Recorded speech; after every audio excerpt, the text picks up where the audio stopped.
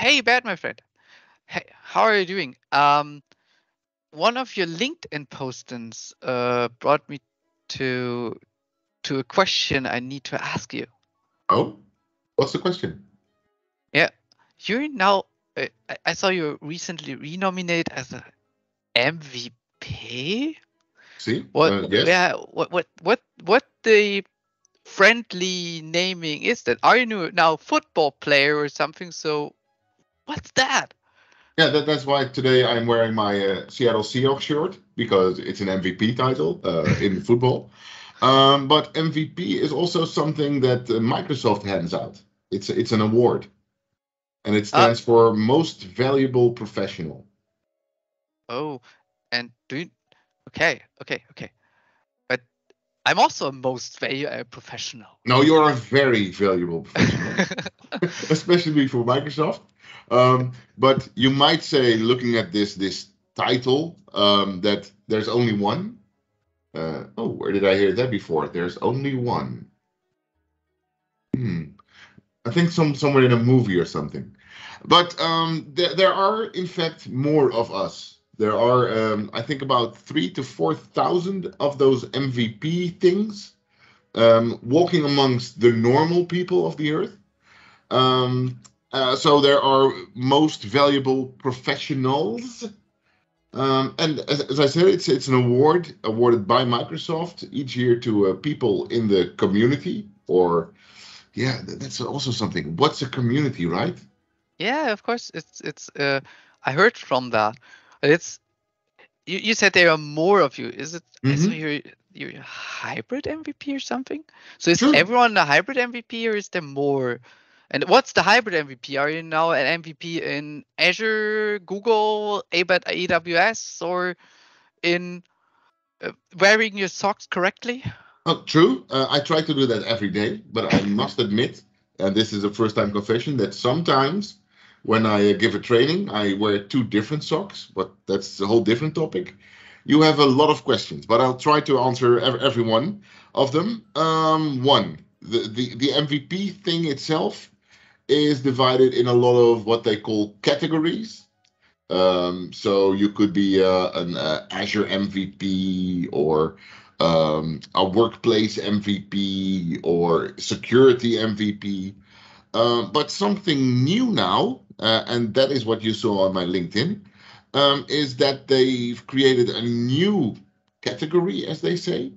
And that category is called the hybrid MVP. And since it's still a Microsoft award, it's not really about what you do in AWS. You don't have to sell a lot of books. It's not in Google Cloud. You don't have to be very good in asking questions to a searching machine. But it's hybrid within the Microsoft ecosystem. So in my case, for instance, I do a lot of work in the community around Azure Stack HCI in combination with Azure Arc, one of the hybrid offerings.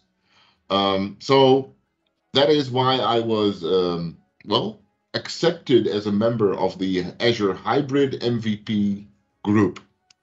And the Azure Hybrid MVP group is headed by, maybe you know the guy, Thomas Maurer is one of the Yeah, leading figures within everyone knows Microsoft. Thomas. Yeah, Thomas is everywhere.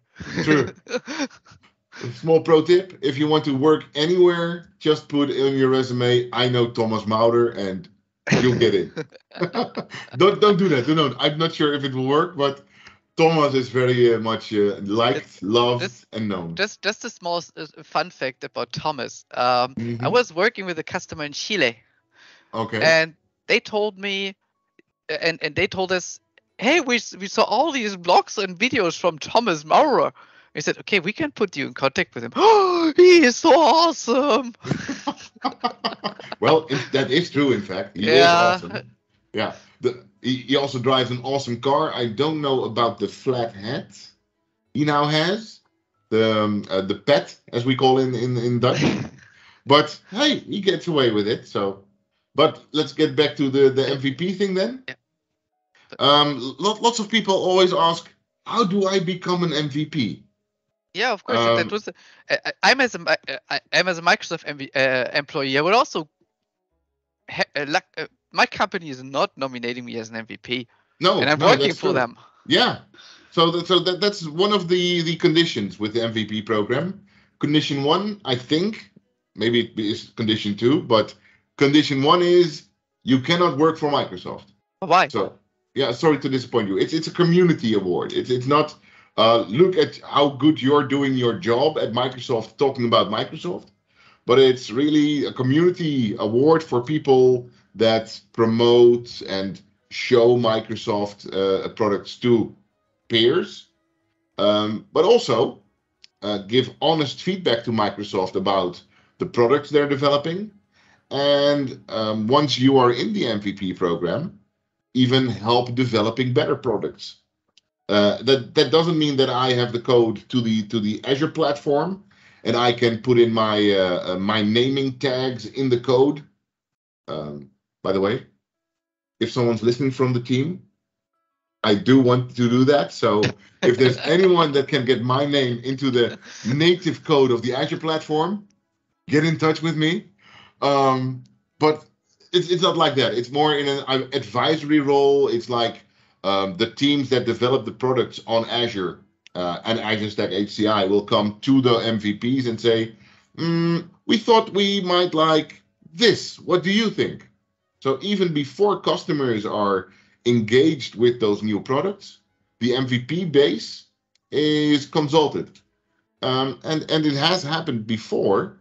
Not hope that this will break my NDA, but that the MVP community said to Microsoft, yeah, I wouldn't go there.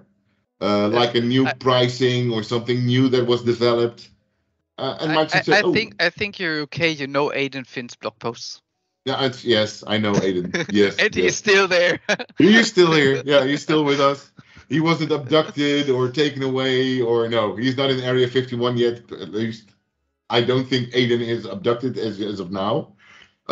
So yes, you can also be advising in a nice way, but also have quite a strong opinion if it comes to Microsoft and changes they make in their ecosystem. True. But lots of talking, not saying that much. How do you become an MVP? It has everything to do with how are you known within the community. So not only with Microsoft or having a great Instagram environment, but being known in the community as someone that knows a lot, does a lot for Microsoft, shares knowledge, and that can be anywhere. If you don't like public speaking, I love public speaking, but if you're not that person, help people online, in forums, in all kinds of ways you have. One thing to become an MVP is you have to be nominated. There are two ways you can walk there. One, you can ask someone to nominate you. That's not the nicest of ways. The thing is that why people are saying time and time again, it's such an honor to be an MVP, is because they were nominated by someone else who said, wow, that person is really making a difference. That person made a great tool that is in a blind spot of Microsoft. He should be having a podium. He should be acknowledged for that. Wow, that person gave me some insights because of his or her experience. I didn't know that. And I see that he has done that more and more. Let's nominate that person. Now, a nomination can be done by any other MVP or a Microsoft employee. So, Flo, did you in the past already nominate people? Yes, of course. A few. Okay. I did too, but did your nominees also become the MVP? Yes, but it, as you said, it's not only, or I know from the internal process. So surprise, I Yeah. was an MVP before I started Microsoft. That's why Bert and I know us. It's Mm-hmm. also one thing maybe we can tell to everyone, especially when you were an MVP. There is saying, once an MVP, always part of the MVP community. So True. the relations never end. Mm-hmm. And for the internal process, for everyone who is interested, not it takes years over years to become an MVP, to become True. known. Yeah. And it not only requires one nomination. The first nomination brings you maybe on the radar, Mm-hmm. and then you're monitored by Microsoft, and then True. your impact is measured. Then you're measured Mm-hmm. against the others on the community, and then you can become nominated. And there, as you said, there are only few slots left. So only the Mm-hmm. best of the best of the best in their category will become awarded. Yeah. And you can, and that's one amazing thing. I don't know how it was for you, Bert, Mm-hmm. but for me it took 4 years until getting nominated and Okay. getting an MVP. How come you And were so awesome already? it was I had an MVP mentor, Carsten. Yeah. And we said, I want to be, my first nomination should have been should be done with Carsten. Mm-hmm. Not Didier Van Hoye, not you, not Aidan. Mm-hmm. I wanted to have Carsten nominate me. And that's why I I liked during my process to become an MVP. Mm-hmm. Um, I had this affiliation to community already, but it was really having someone who noticed me, managed or mentoring me how become a better self in the community, seeing what's value for the community, doing my first public speakings were horrible. Oi? Yeah, that's Really? why. Yeah, horrible. Don't ask Carsten. He was there, Okay. Is there and video footage? hopefully not. It wasn't a Dell roadshow. I was horrible, and that's really a thing I've liked, and I think you agree to that. It's Mm-hmm. this: you do not need to be the best expert when you start, No. but you need to have a passion for it, True. and the passion is that what drives you forward, what makes you a learner, what makes you an achiever. Mm-hmm. Jokingly, I could say my 4-year-old could get an Azure Stack CI, and he doesn't know anything. He cannot even read, Mm-hmm. but if he's passionate enough, he could become an MVP. True. And it's really passion is driving you, and at some point you will get noticed by the others in the community, in the product groups, in Microsoft, and then you can find someone who's mentoring you to become better.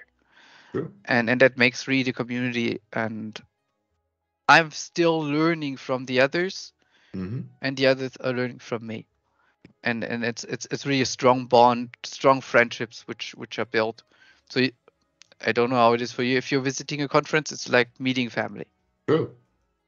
And it's not only just for the knowledge you go to the conferences, but just being there with peers, with people that know more than you in different areas, and then exchanging that and also putting parts of those technology stacks together to strengthen each other. Yeah. And But really, yeah. just Go just on. to come Sorry. back to the validation process, because you said some interesting things there I didn't know of. For me, as an outsider, as a non-Microsoftie, it's kind of like a black box. But what I really want people to know that it's not something like a checklist.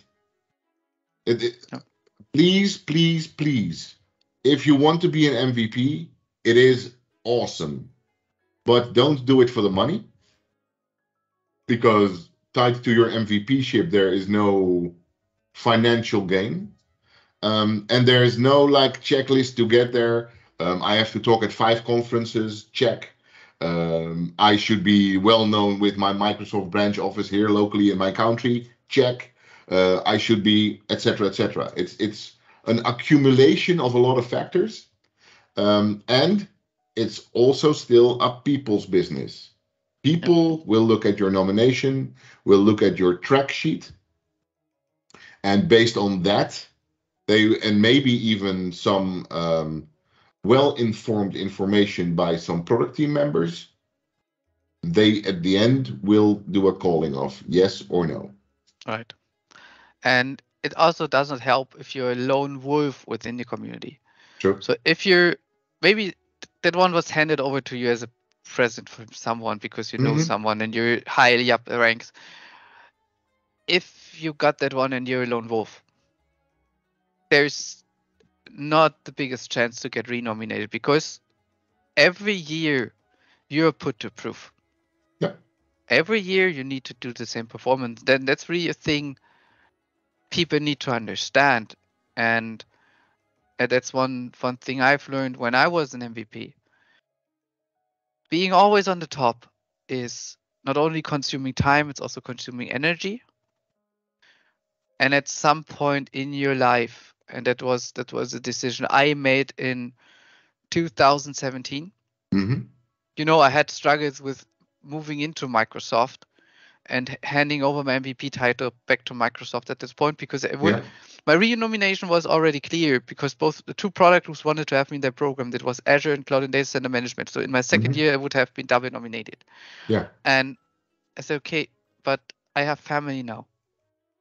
I have my second son is on its way. I want to spend time with my family.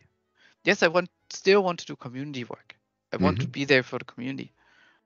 But I cannot put another 5-10 hours of my day in addition to my work to the community program or to the MVP program because I want to stay on that level.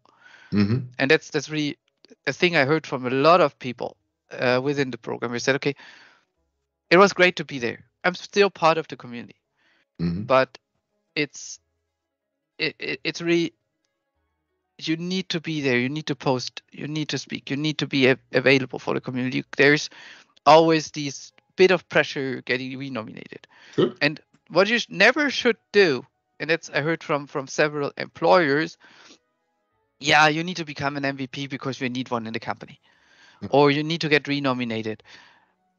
It's part of your yearly target.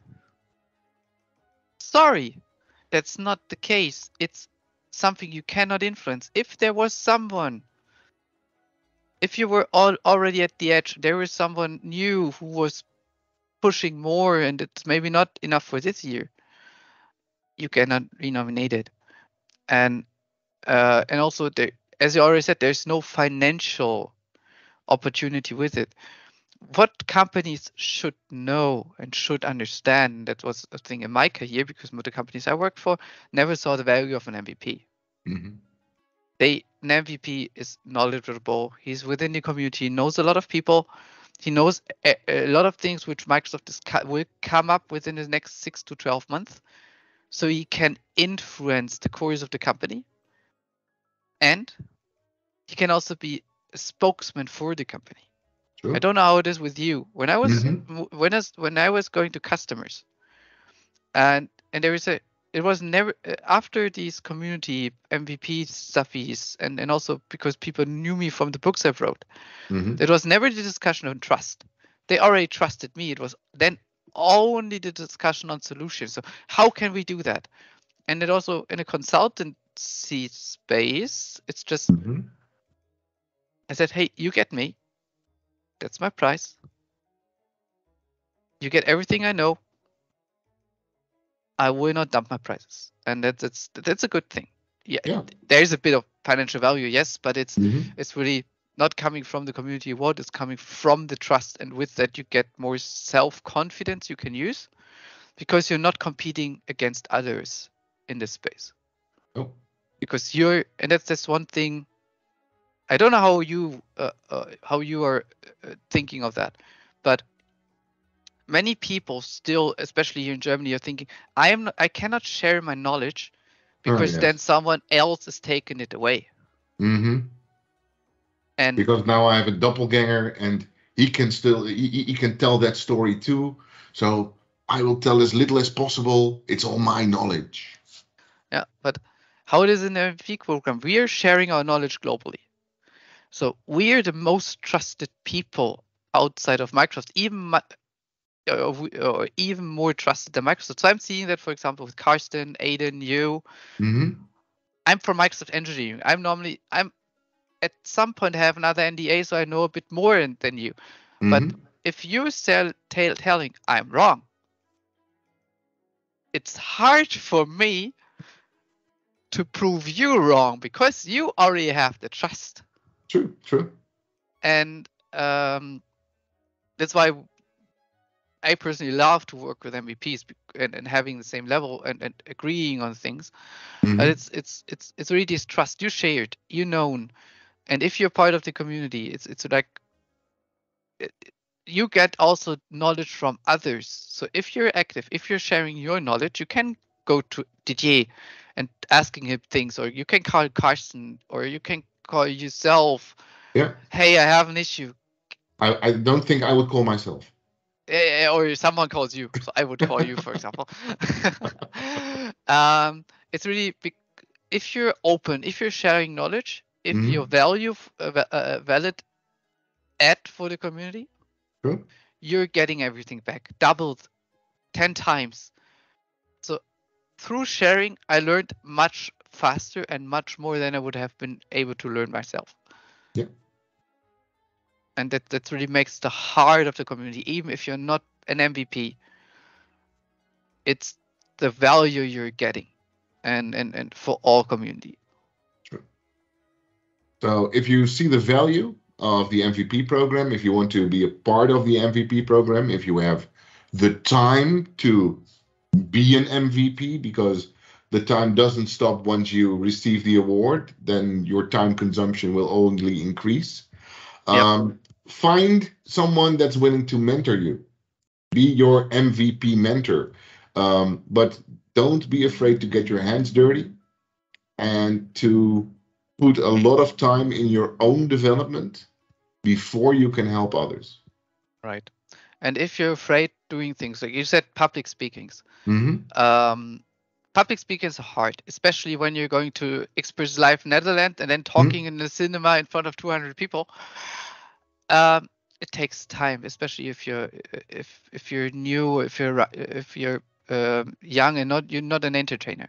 Mm-hmm. But at some point you want to do it. You want to present yourself, and you can start with small conferences, local communities, local user groups, bar camps, and just going from 5 people listening to 20 to then being at the live stage at the podium doing the opening speech for a conference.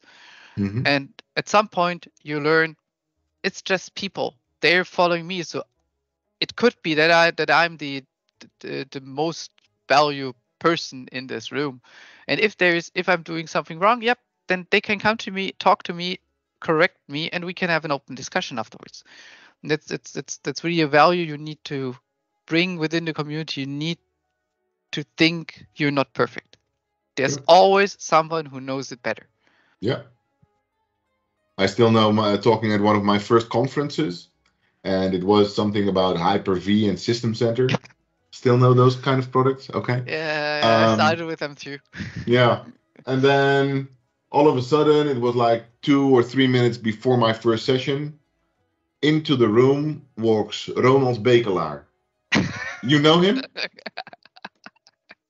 For me, he's like the godfather of Hyper-V and everything goodness. Wrote books, did videos, was working for and with Microsoft a long time. But he's coming to a session from me, right? Why is he here? And it's the same philosophy he follows each time we have an Experts Live. Because each time we have an Experts Live, we also have a speaker training. And he comes to each one of them. So last time it was in March or September this year. September, you're still owing me a new T-shirt. Oh, true. I haven't forgotten that one. But he came again and I asked, why are you still coming? He said, no matter who is presenting, you can always learn something new, see a new viewing point, have that experience, have the interaction with the others. And that made me feel like, wow, that is really the essence of community, right? Yeah. No matter who's presenting, no matter what the topic is, there's also always something you can gain from that experience. Yeah, Don't don't don't. And I'm a human too, so usually when I'm at a conference and I'm don't see something in the schedule I like, I'll go to some random session, and my basic instinct will say, "Ooh, you have a phone. There's a lot of things going on your phone." But I don't think I will do that next time. I will just pay attention, and maybe I'll find something interesting about authentication in a workplace session, or maybe some connection to a cloud product, or some way the presenter is using their voice, or anything. yeah, and it's also a great feedback I've got when I was doing my first presentings, especially Mm-hmm. from several guys on the community, from Carsten, about my style. So I started with a style which was more like facts oriented, Mm-hmm. explaining things. And at some point, I thought, okay, it's a bar camp. Mm-hmm. It's a spontaneous session. Let's do some PowerPoint karaoke.